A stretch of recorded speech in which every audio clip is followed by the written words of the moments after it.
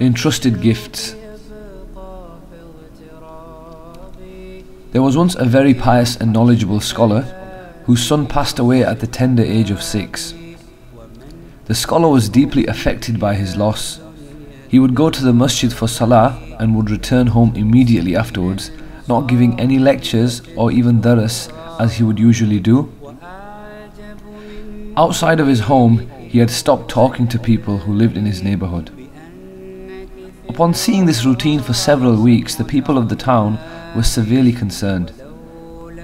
They wished to help the alim but did not know how to approach him. A woman who was witnessing all of this came up with a plan. Using her wisdom, which Allah had blessed her with, she decided to take matters into her own hands and pay the scholar a visit. Upon reaching his house, she asked permission to enter. The alim's wife told the woman to wait and went to her husband. Hearing this, the alim was very disturbed. He told his wife to go back and tell the woman he wished not to speak to her. He told her to ask someone else. The woman was very reluctant in leaving. She continuously pleaded with the alim that there was no one else who had studied ilm and that she needed a specific question answering. The alim gave in and told the woman to go ahead and ask the question.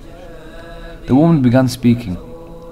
The question I wanted to ask has to be answered in accordance to Islamic law.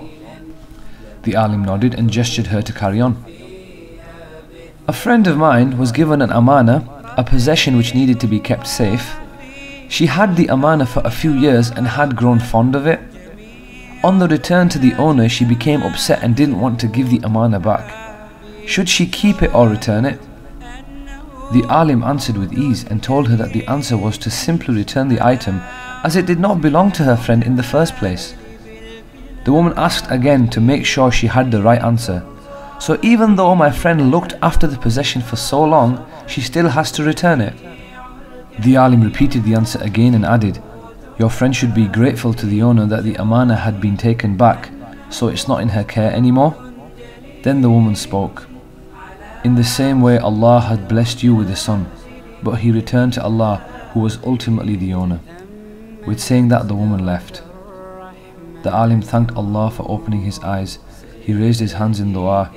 The scholar then returned to his normal self, much to the happiness of all the townspeople. مِنْهَا خَلَقْنَاكُمْ وَفِيهَا نُعِيدُكُمْ وَمِنْهَا نُخْرِجُكُمْ طَارَةً أُخْرَى. From the earth did we create you, and into it shall we return you, and from it shall we bring you out once again. Surah Taha, Surah 20, Ayah 55.